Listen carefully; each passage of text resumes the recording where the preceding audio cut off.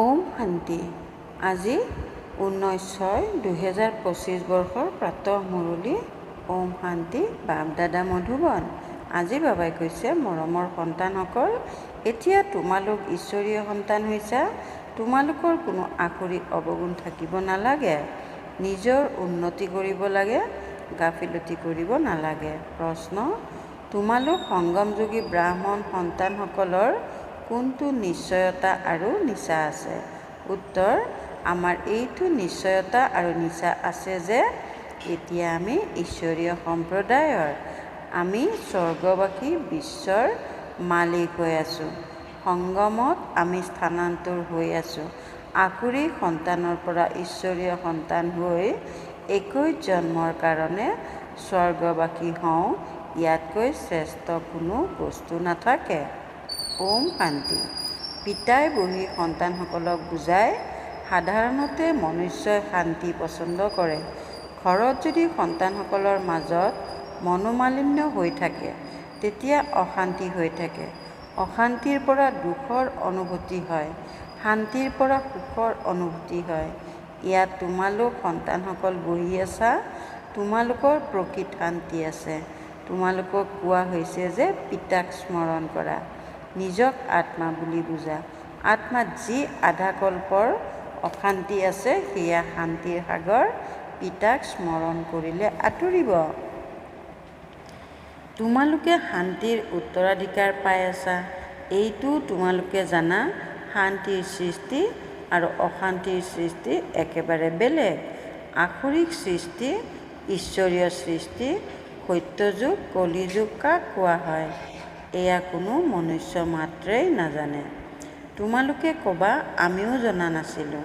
লাগিলে যিমানেই পদমৰ্যাদাধাৰী নহওঁক, টকা পইচা থকাসকলক পদমৰ্যাদাধাৰী বুলি কোৱা হয়।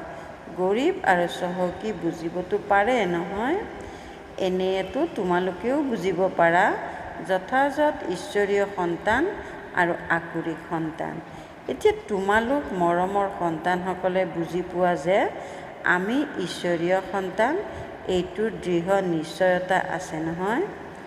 তোমালোক ব্ৰাহ্মণসকলে বুজি পোৱা যে আমি ঈশ্বৰীয় সম্প্ৰদায়, স্বৰ্গবাসী বিশ্বৰ মালিক হৈ আছোঁ। সকলো সময়তে সেইটো আনন্দ থাকিব লাগে। বহুত কম সংখ্যক আছে যিয়ে যথাৰ্থ ৰীতিৰে বুজি পায়। সত্যযুগত হৈছে ঈশ্বৰীয় সম্প্ৰদায়, কলিযুগত হৈছে আসুৰিক সম্প্ৰদায়। পুৰুষোত্তম সংগম যুগত আসুৰিক সম্প্ৰদায় পৰিৱৰ্তন হয়। এতিয়া আমি শিৱ বাবাৰ সন্তান হৈছোঁ। মাজতে পাহৰি গৈছিলোঁ। এতিয়া পুনৰ এই সময়ত জানিছোঁ যে আমি শিৱ বাবাৰ সন্তান। তাত সত্যযুগত কোনেও নিজক ঈশ্বৰীয় সন্তান বুলি নকয়, তাত হৈছে দৈৱী সন্তান। ইয়াৰ আগতে আমি আসুৰিক সন্তান আছিলোঁ। এতিয়া ঈশ্বৰীয় সন্তান হৈছোঁ। আমি ব্ৰাহ্মণসকল বিকে। ৰচনা হৈছে এজন পিতাৰ। তোমালোক সকলো হৈছা ভাতৃ ভগ্নী আৰু ঈশ্বৰীয় সন্তান। তোমালোকে জানা যে বাবাৰ পৰা ৰাজ্য ভাগ্য পাই আছোঁ। ভৱিষ্যতে গৈ আমি দৈৱী স্বৰাজ্য লাভ কৰিম, সুখী হ'মগৈ। যথাযথ সত্যযুগ হৈছে সুখধাম আৰু কলিযুগ হৈছে দুখধাম। এয়া কেৱল তোমালোক সংগমযোগী ব্ৰাহ্মণসকলে জানা। আত্মা হৈছে ঈশ্বৰীয় সন্তান। এইটোও জানা যে বাবাই স্বৰ্গ স্থাপনা কৰে। তেওঁ ৰচয়িতা হয় নহয়, নৰকৰ ৰচয়িতাটো নহয়। তেওঁক কোনে স্মৰণ কৰিব? তোমালোক মৰমৰ সন্তানসকলে জানা, পিতাই স্বৰ্গ স্থাপনা কৰি আছে। তেওঁ হৈছে আমাৰ অতি মৰমৰ পিতা। আমাক 21 জন্মৰ কাৰণে স্বৰ্গবাসী কৰি তোলে। ইয়াতকৈ শ্ৰেষ্ঠ বস্তু একো নাই। এইখিনি বোধশক্তি থাকিব লাগে। আমি ঈশ্বৰীয় সন্তান, গতিকে আমাৰ ভিতৰত কোনো আসুৰিক গুণ থাকিব নালাগে। নিজৰ উন্নতি কৰিব লাগে। সময় বাকী অলপহে আছে। এই ক্ষেত্ৰত গাফিলতি কৰিব নালাগে। পাহৰি নাযাবা। দেখিছা, পিতা সন্মুখত বহি আছে, যাৰ আমি সন্তান হওঁ। আমি দৈৱী সন্তান হ'বলৈ ঈশ্বৰ পিতাৰ পৰা পঢ়ি আছোঁ, তেন্তে কিমান আনন্দিত হ'ব লাগে। পিতাই কেৱল কয়, মোক স্মৰণ কৰা, তেতিয়া বিকৰ্ম বিনাশ হৈ যাব। পিতা আহিছে সকলোকে লৈ যাবলৈ। যিমানেই স্মৰণ কৰিবা, সিমানেই বিকৰ্ম বিনাশ হ'ব। অজ্ঞান কালত যেনেকৈ কন্যাৰ বাগদান হ'লে সেই স্মৃতি একেবাৰে সাজ বহি যায়, সন্তান জন্ম হ'ল আৰু স্মৃতিৰ সাজ বহি যায়। এই স্মৃতিটো স্বৰ্গতো সাজ বহি যায়, নৰকতো সাজ বহি যায়। সন্তানে ক'ব, এওঁ মোৰ পিতা। এতিয়া এয়াতো হৈছে বেহদৰ পিতা, যাৰ পৰা স্বৰ্গৰ উত্তৰাধিকাৰ পোৱা যায়। গতিকে তেওঁৰ স্মৃতি সাজ বহি যাব লাগে। পিতাৰ পৰা আমি ভৱিষ্যত 21 জন্মৰ উত্তৰাধিকাৰ পুনৰাই লৈ আছোঁ। বুদ্ধিত উত্তৰাধিকাৰৰ স্মৃতি আছেই। এইটো জানা যে মৰিবতো সকলোৱে লাগিব, এজনো নাথাকিব। যিসকল অতিকৈ মৰমৰ আছে সকলো গুচি যাব। এয়া কেৱল তোমালোক ব্ৰাহ্মণসকলেহে জানা যে এই পুৰণি সৃষ্টি এতিয়া নাশ হোৱাৰ পথত। এয়া নাশ হোৱাৰ পূৰ্বে সম্পূৰ্ণ পুৰুষাৰ্থ কৰিব লাগে। যিহেতু ঈশ্বৰীয় সন্তান হোৱা, গতিকে অপাৰ আনন্দিত হৈ থাকিব লাগে। পিতাই কৈ থাকে, সন্তানসকল, নিজৰ জীৱন হীৰাতুল্য কৰি তোলা, সেয়া হৈছে দৈবী বিশ্ব, এয়া হৈছে আসুৰিক বিশ্ব। সত্য যুগত কিমান অপাৰ সুখ থাকে, সেয়া পিতাইহে দিয়ে। ইয়াত তোমালোক পিতাৰ ওচৰলৈ আহিছা, ইয়াত বহিতো নোযোৱা। এনেকুৱাতো নহয় যে সকলো একেলগে থাকিব, কিয়নো বেহদৰ অনেক সন্তান আছে। ইয়ালৈ তোমালোক বহুত উৎসাহেৰে আহা। আমি বেহদৰ পিতাৰ ওচৰলৈ যাওঁ। আমি ঈশ্বৰীয় সন্তান হওঁ, ঈশ্বৰ পিতাৰ সন্তান। তেন্তে আমি কিয়নো স্বৰ্গত থকা উচিত নহয়? ঈশ্বৰ পিতাইতো স্বৰ্গ ৰচনা কৰে নহয়। এতিয়া তোমালোকৰ বুদ্ধিত গোটেই বিশ্বৰ ইতিহাস ভূগোল আছে। এইটো জানা যে স্বৰ্গ স্থাপনা কৰা ঈশ্বৰ পিতাই আমাক স্বৰ্গৰ লায়ক কৰি আছে। কল্প কল্পৰ পাছত স্বৰ্গ ৰচনা কৰে। এজনো মনুষ্য নাই যিয়ে এইটো জানে যে আমি ভাৱৰীয়া ঈশ্বৰ পিতাৰ সন্তান। তেন্তে আমি দুখী কিয়? পৰস্পৰ কাজিয়া কিয় কৰোঁ? আমি আত্মা সকলো ভাই ভাই হওঁ নহয়। ভাতৃসকলে পৰস্পৰ কেনেকৈ কাজিয়া কৰি থাকে, কাজিয়া কৰি শেষ হৈ যাব। ইয়াত আমি পিতাৰ পৰা উত্তৰাধিকাৰ লৈ আছোঁ। ভাতৃসকল পৰস্পৰ কেতিয়াও প্ৰীতিকৰ হোৱা উচিত নহয়। ইয়াততো পিতাৰ সৈতেও অপ্ৰীতিকৰ হৈ যায়। ভাল ভাল সন্তানো অপ্ৰীতিকৰ হৈ যায়। মায়া কিমান শক্তিশালী। যিসকল ভাল ভাল সন্তান আছে, তেওঁলোকক পিতাই স্মৰণটো কৰে। পিতাৰ সন্তানসকলৰ প্ৰতি কিমান মৰম আছে। পিতাৰতো সন্তানসকলৰ বাহিৰে অন্য কোনো নাই যাক স্মৰণ কৰিব। তোমালোকৰ কাৰণেতো বহুত আছে। তোমালোকৰ বুদ্ধি ইফালে সিফালে যায়, পেচাগত কাম কাজ আদিৰ ফালেও বুদ্ধি যায়। মোৰ কাৰণেতো কোনো বেপাৰ আদিও নাই। তোমালোক অনেক সন্তানৰ অনেক বেপাৰ আছে। মোৰতো এটাই বেপাৰ, মই আহিছোঁৱেই সন্তানসকলক স্বৰ্গৰ উত্তৰাধিকাৰী কৰি তুলিবলৈ। বেহদ পিতাৰ সম্পত্তি কেৱল তোমালোক সন্তানসকল। ঈশ্বৰ পিতা হয় নহয়, সকলো আত্মা তেওঁৰ সম্পত্তি। মায়াই চি চি কৰি দিছে। এতিয়া পিতাই ফুল কৰি তোলে। পিতাই কয়, মোৰতো কেৱল তোমালোক সন্তানসকলেই। তোমালোকৰ প্ৰতি মোৰ মোহো আছে। যদি চিঠি নিলিখা তেন্তে চিন্তিত হৈ যাওঁ। ভাল ভাল সন্তানসকলৰ চিঠি নাহে। ভাল ভাল সন্তানসকলক মায়াই একেবাৰে শেষ কৰি দিয়ে। নিশ্চয় দেহ অভিমান আছে। পিতাই কৈ থাকে, নিজৰ কুশল বাৰ্তা লিখা। বাবাই সন্তানসকলক সোধে, সন্তানসকল, তোমালোকক মায়াই হাইৰাণটো নকৰে। বাহাদুৰ হৈ মায়াৰ ওপৰত জয়ী হৈ আছা নহয়। তোমালোক যুদ্ধক্ষেত্ৰত আছা। কৰ্মেন্দ্ৰিয়সমূহক এনেকৈ বশ কৰিব লাগে যাতে অলপো চঞ্চলতা নাথাকে। সত্যযুগত সকলো কৰ্মেন্দ্ৰিয় বশীভূত হৈ থাকে। কৰ্মেন্দ্ৰিয়সমূহৰ কোনো চঞ্চলতা নাথাকে। মুখ, হাত, কাণ কোনোটোৰে চঞ্চলতাৰ একো কথা নাথাকে। তাত কোনো লেতেৰা বস্তু নাথাকে। ইয়াত যোগবলেৰে কৰ্মেন্দ্ৰিয়সমূহৰ ওপৰত জয়ী হোৱা। পিতাই কয়, কোনো লেতেৰা কথা নাই। কৰ্মেন্দ্ৰিয়সমূহক বশ কৰিব লাগে। ভালদৰে পুৰুষাৰ্থ কৰিব লাগে। সময় বহুত কম। গায়নো আছে যে বহুত গ'ল, অলপহে বাকী আছে। এতিয়া অলপ বাকী থাকি যায়। নতুন ঘৰ নিৰ্মাণ কৰি থকা হয়। সেয়েহে বুদ্ধিত থাকে নহয় যে বাকী অলপ সময় আছে। এতিয়া এয়া তৈয়াৰ হৈ যাব। বাকী এয়া অলপ কাম বাকী আছে। সেয়া হৈছে সদৰ কথা। এইটো সন্তানসকলক বুজোৱা হৈছে যে তেওঁলোকৰ হৈছে বিজ্ঞানৰ বল, তোমালোকৰ হৈছে শান্তিৰ বল। হওঁতে তেওঁলোকৰো বুদ্ধিৰ বল, তোমালোকৰো বুদ্ধিৰ বল। বিজ্ঞানৰ কিমান উদ্ভাৱন হৈ থাকে। এতিয়াতো এনেকুৱা বোমা তৈয়াৰ কৰি থাকে যে এনেকৈ কয়, তাত বহি বহিয়ে বোমা নিক্ষেপ কৰিব। তেতিয়া গোটেই চহৰ নাশ হৈ যাব। তেতিয়া সেই সেনাসকল, উৰাজাহাজ আদিও কামত নাহিব। গতিকে সেয়া হৈছে বিজ্ঞানৰ বুদ্ধি। তোমালোকৰ হৈছে শান্তিৰ বুদ্ধি। তেওঁলোক বিনাশৰ বাবে নিমিত্ত হৈছে। তোমালোক অবিনাশী পদ পাবৰ কাৰণে নিমিত্ত হৈছা। এয়াও বুজিবলৈ বুদ্ধি লাগে নহয়।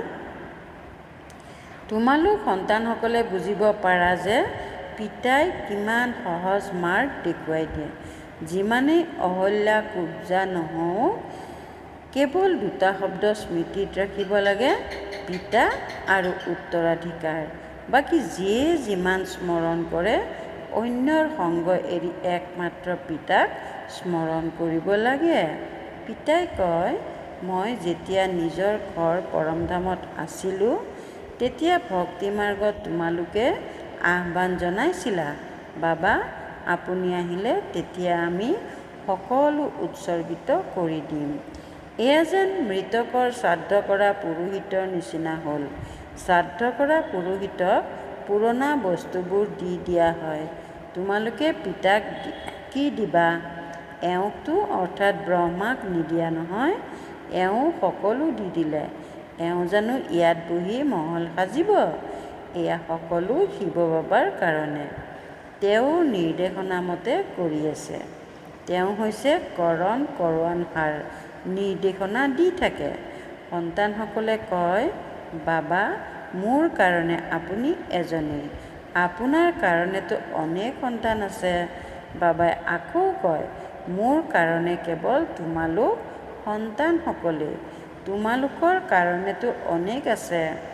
কিমান দেহৰ সম্বন্ধীয়ৰ স্মৃতি থাকে।